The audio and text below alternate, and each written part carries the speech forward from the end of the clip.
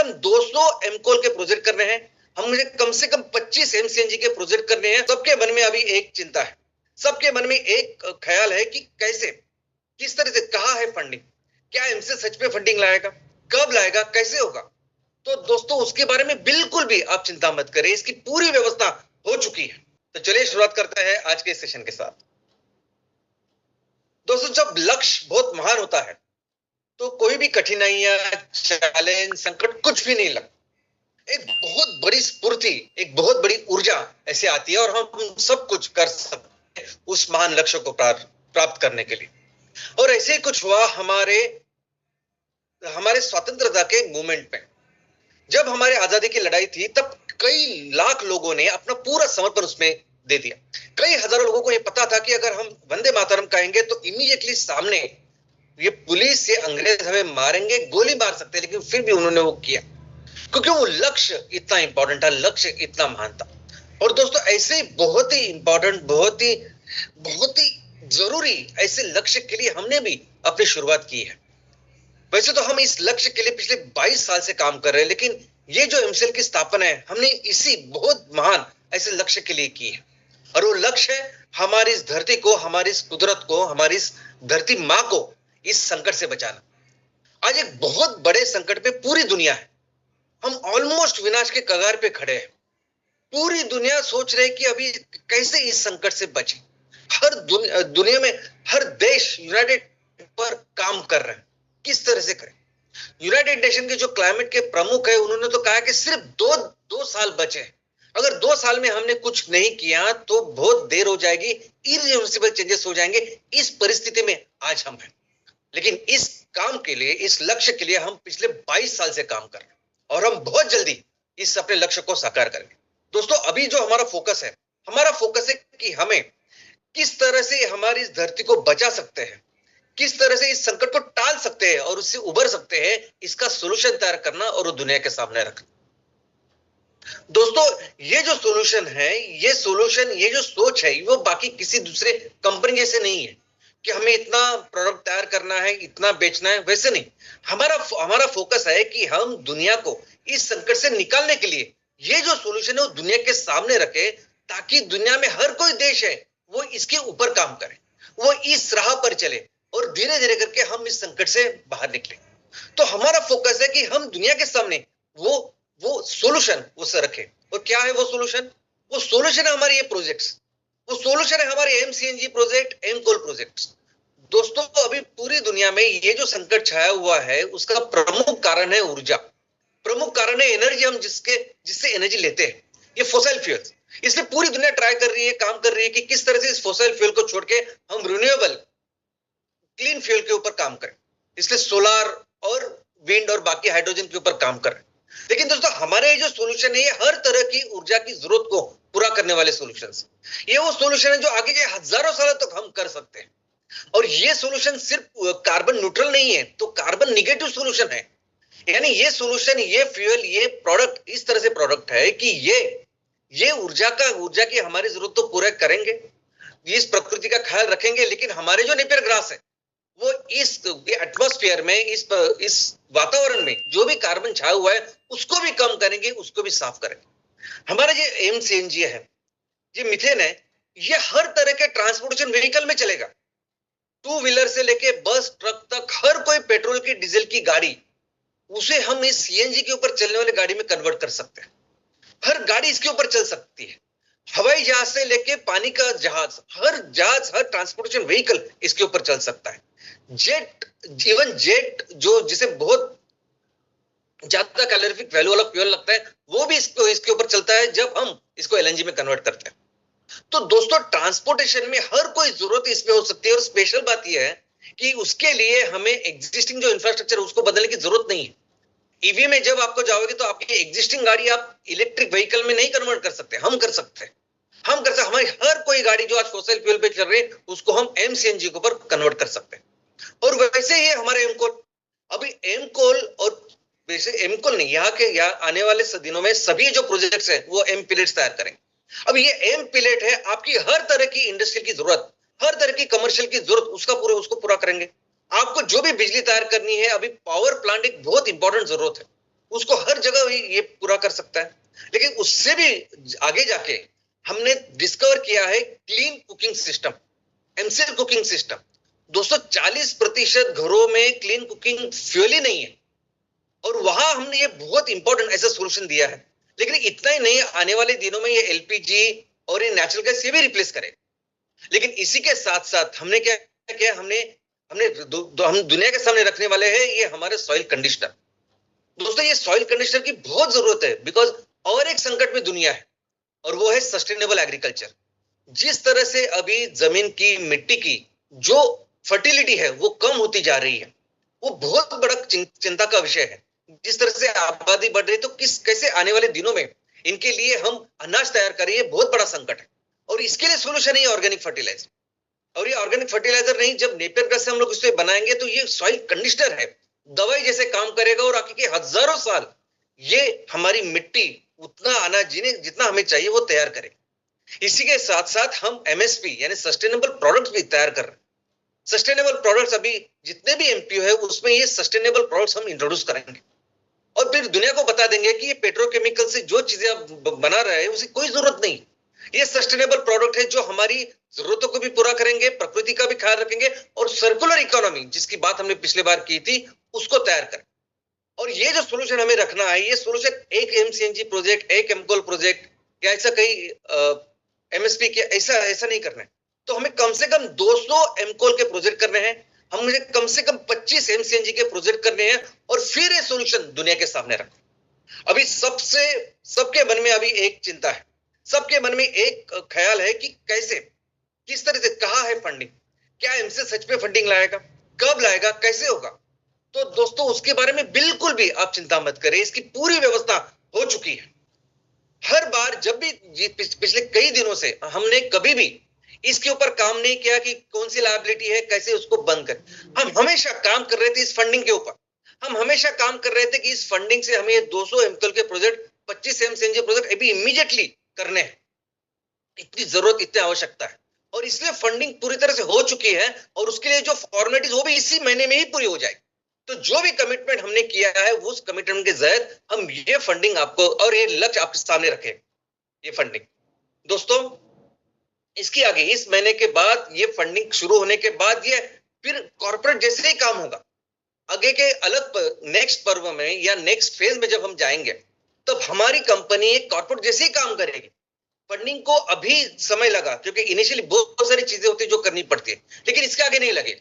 इसके आगे जो स्पेशलिस्ट है, जो फंडिंग हाउसेस है, वही वो अपना ख्याल रखेंगे फंडिंग का, और जब भी हमें चाहिए वो हमें देते रहेंगे, तो उसकी कभी भी चिंता आने वाले भविष्य में नहीं होगी। लेकिन सबसे इंपॉर्टेंट बात है कि इस आगे के फेज में ये सभी जो प्रोजेक्ट लगेंगे, ये भी लगेंगे कॉर्पोरेट जैसे। ये भी प्रोजेक्ट लगाना, इसको चलाना सभी करेंगे एक्सपर्ट्स, इंजीनियर्स, वही इसको चलाएंगे। अभी जो हमारा तरीका था कि प्रमोटर आप करो, आप सीखो, समझो, इनोवेशन करो, ये काम अभी नहीं होगा, बिकॉज बहुत टाइम बाउंड मैनर में और हर पेनी का सही इस्तेमाल करने के लक्ष्य के ऊपर ये सभी लोग काम करेंगे, टीम काम करेंगे, और फिर उससे हम समझ सीखेंगे। लेकिन सबसे इंपॉर्टेंट बात क्या है कि हम ये जो अभी काम करेंगे, हम जिस फेज में एंटर करने वाले हैं, ये फेज बहुत ही इंपॉर्टेंट और बहुत ही फास्ट डेवलपमेंट का फेज हो रहा है। क्योंकि ये जो प्रोडक्ट हम बना रहे हैं, इस प्रोडक्ट को किसी दूसरे कंपनी के प्रोडक्ट के साथ हम कंपैरिजन ही नहीं कर सकते। ये दवाई बनाने का काम, हम जो भी प्रोजेक्ट करेंगे, हम जो भी प्रोडक्ट्स तैयार करेंगे, ये आज के तारीख में इस दुनिया को संकट से निकालने की दवाई बनाने का काम है। तो ये बहुत फास्ट अभी आने वाले दिनों में होगा। ये नहीं, जिस तरह से हम कोरोना के संकट में था, कई सारे इंस्टीट्यूशन काम कर रहे थे कि किस तरह से इसके ऊपर वैक्सीन तैयार करें, लस तैयार करें और इस संकट से दुनिया को निकाले। बस वैसे ही काम होगा हमारे एमकोल और एमसीएनजी के प्रोजेक्ट्स का। आने वाले दिनों में इस विचार से ये प्रोजेक्ट लगेंगे। आरओआई, रिटर्न ऑन इन्वेस्टमेंट, वो सब बहुत ही सेकेंडरी हो जाएगी। इतने जरूरी है हमारे प्रोजेक्ट, हमारा ये सोल्यूशन। और दोस्तों, हम एकमेव ऐसी ऑर्गेनाइजेशन अभी पूरी दुनिया में जो कैपेबल है ये सोल्यूशन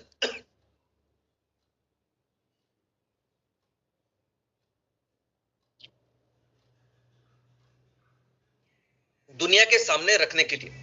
क्योंकि बायोफ्यूल कोई बड़ी बात नहीं है, बायोफ्यूल कोई रॉकेट साइंस नहीं कि जो पहली बार हमने किया।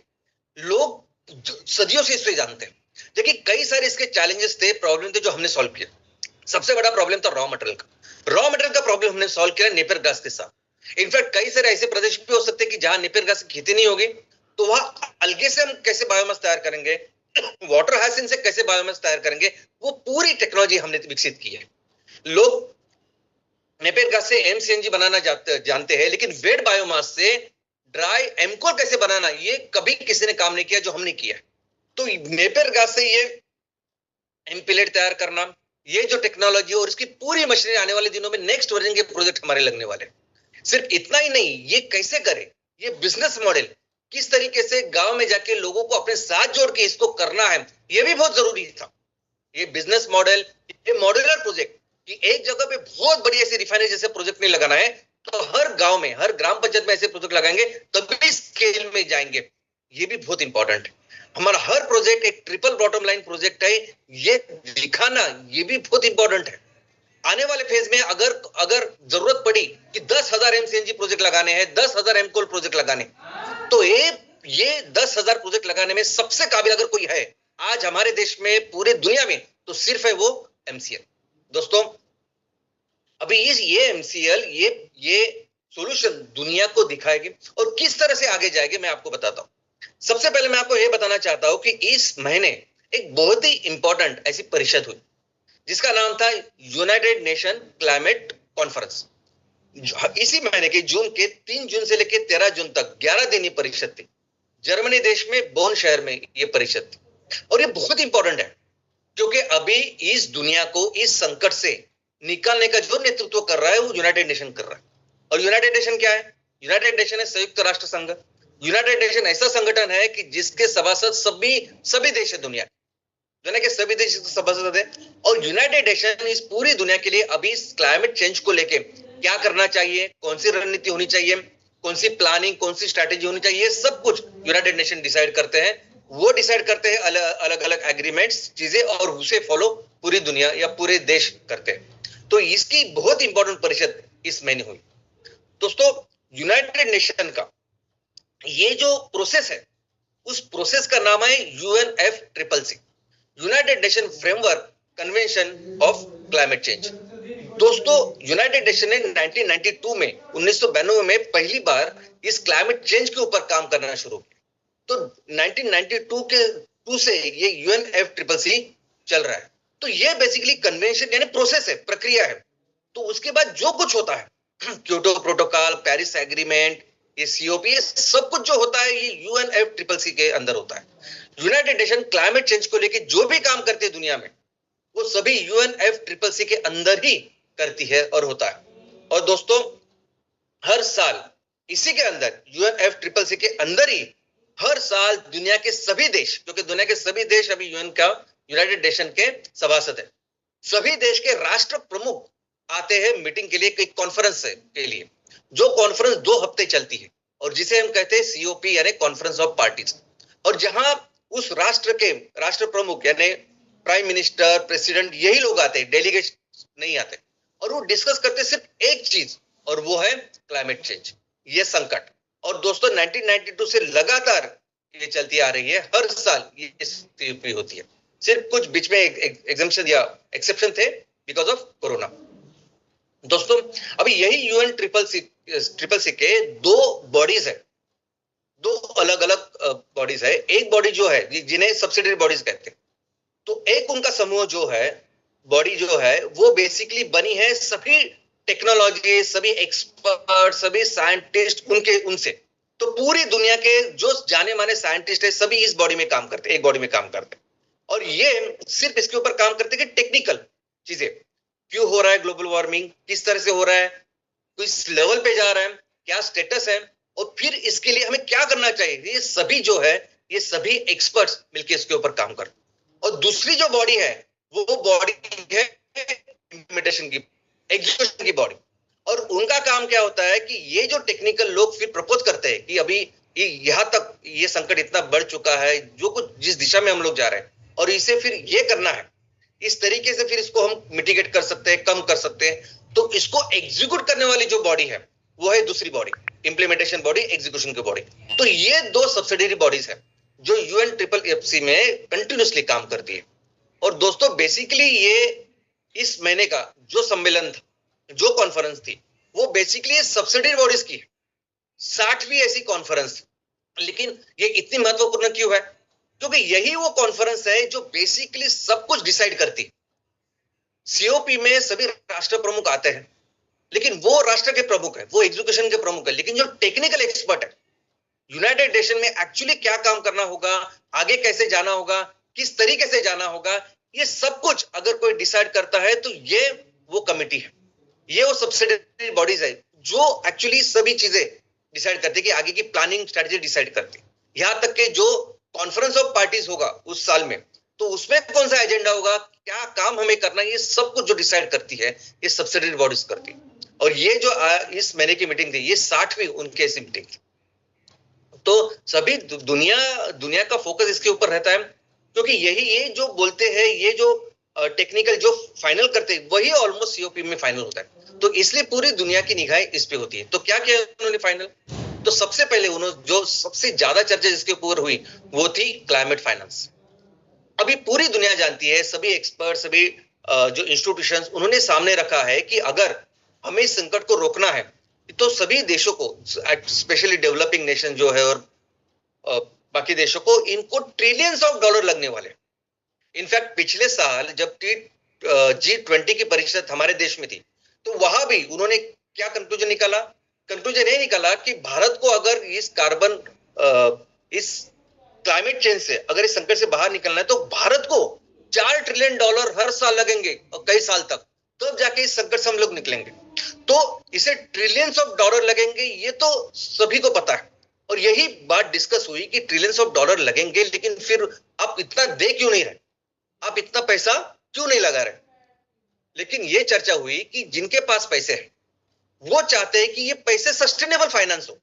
हम जिस तरह से चंदा तैयार कर रहे हैं, तो चंदा एक लेवल पे दे सकते हैं, लेकिन ट्रिलियंस ऑफ डॉलर जब देना है तो वो सस्टेनेबल फाइनेंस हो। जैसे आपने यूरोप में देखा कि यूरोप ने एक यूरोपियन ग्रीन डील ऐसी तैयार की है। अभी यूरोप ने एक ग्रीन डील के तहत इतना बड़ा फंड इसके लिए तैयार किया है, क्लाइमेट के लिए। लेकिन वो चाहते हैं कि, और उन्होंने लिखा भी कि सस्टेनेबल फाइनेंस, यानी इस फाइनेंस से हम नहीं चाहते कि बहुत ज्यादा हमें रिटर्न मिले, लेकिन हम चाहते हैं कि आज अगर हम लोग पैसा दे तो 10 साल के बाद, 20 साल के बाद ये पैसा चलता रहे। तो 4, 5, 6% भी अगर हमें रिटर्न मिलता है हर साल का, तो that is of sustainable finance. तो इस ऐसे सिचुएशन में जब एमसीएल के ये सभी जो प्रोजेक्ट्स हैं, ये एमकोल के प्रोजेक्ट, एमसीएनजी प्रोजेक्ट, ये ऐसे प्रोजेक्ट है कि उनको जितना चाहिए उनसे बहुत बेहतर हम उन्हें रिटर्न दे सकते हैं।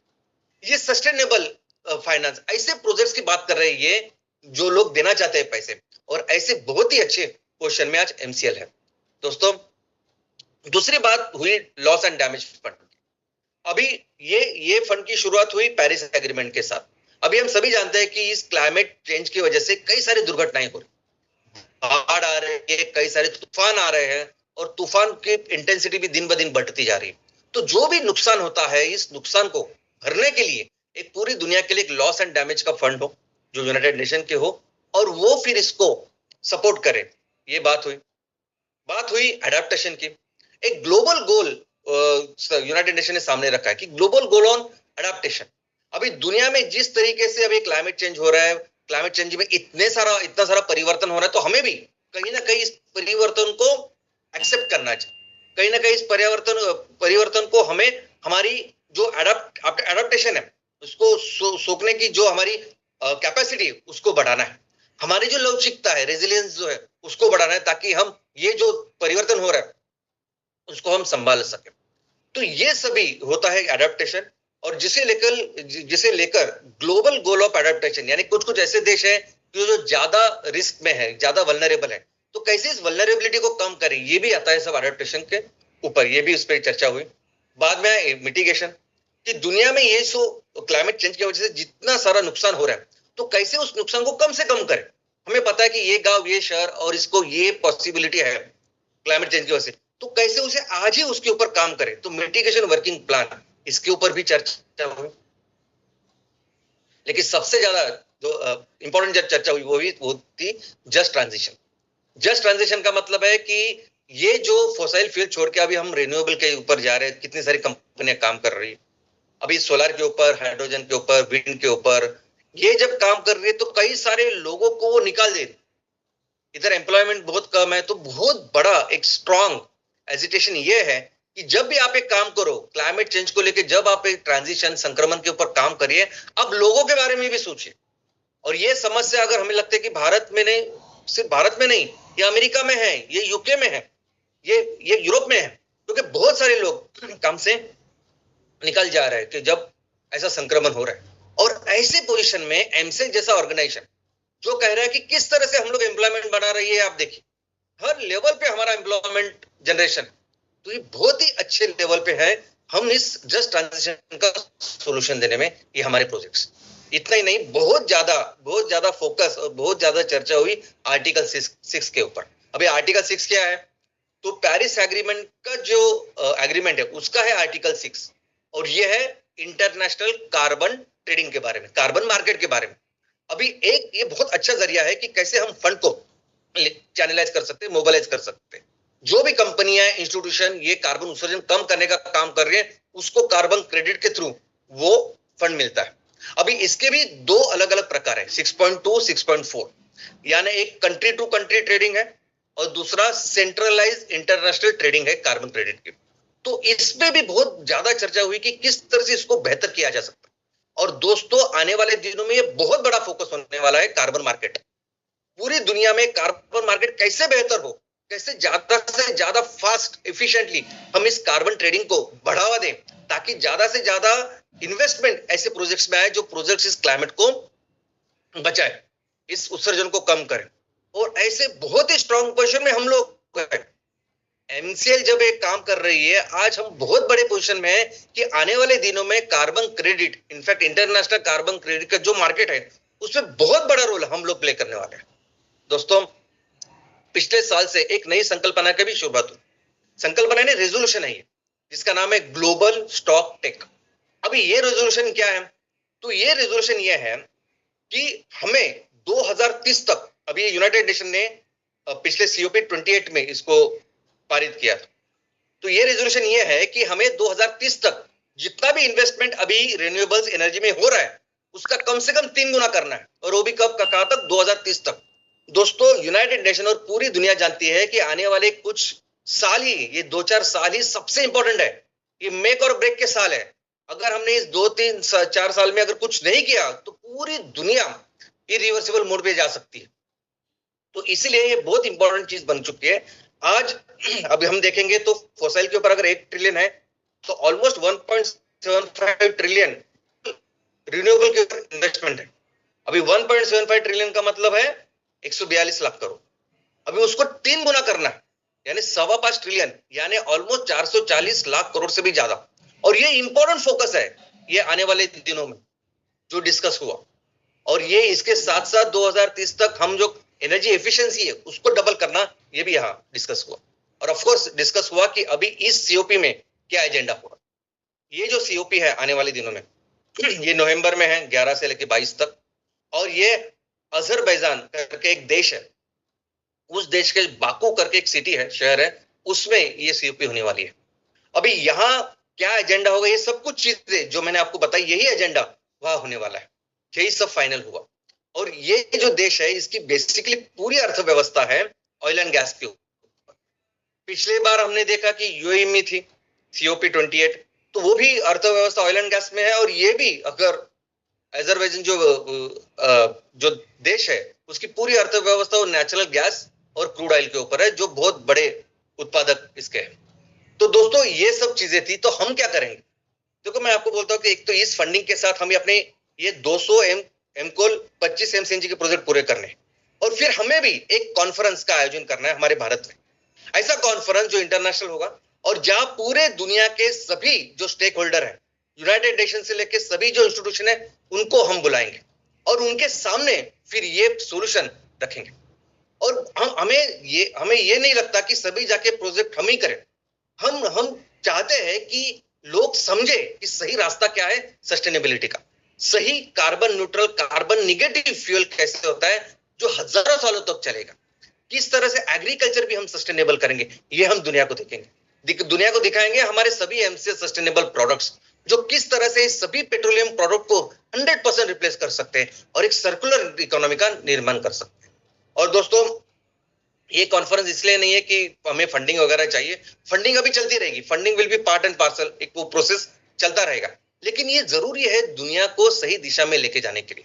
लेकिन ऑफ कोर्स इस प्रोसेस में कई सारे ऐसे देश होंगे कि जिनके साथ मिलकर हमें काम करना होगा, जिनके यहाँ एडवाइजर करके आप सभी लोगों को भी उसमें इंपॉर्टेंट रोल प्ले करना होगा। इनफैक्ट हम हमारे देश को लग के जो हमारे देश है, कुछ देश है साउथ एशिया में, जैसे पाकिस्तान, श्रीलंका, बांग्लादेश, नेपाल, इस सारे देशों में तो हमें मिलकर जॉइंट वेंचर में शायद प्रोजेक्ट करने पड़ सकते हैं, बाकी के देशों में जाके जॉइंट वेंचर में प्रोजेक्ट कर सकते हैं। तो ये सब कुछ इसमें होगा, फंडिंग वगैरह तो होगी, लेकिन इस पूरे प्रोसेस में हमारी इकोनॉमी बहुत बड़े लेवल पे जाए। और जो मैं हमेशा कहता हूं कि हमारी इकोनॉमी दुनिया की सबसे बड़ी नंबर 1 इकोनॉमी बन सकती है, वो इसमें होगा। और हमारा देश फिर से दुनिया का नेतृत्व करेगा, दुनिया को फिर से सही राह दिखाएगा कि सही दिशा सस्टेनेबिलिटी क्या है। तो हमें वो करना है और फिर से हमारे देश को उस लेवल तक लेके जाना है जिस लेवल की काबिलियत हम अपने देश की रखते हैं। हमारे देश को हमें फिर से दुनिया का सबसे महान देश बनाना है। जय हिंद, जय एमसीआर।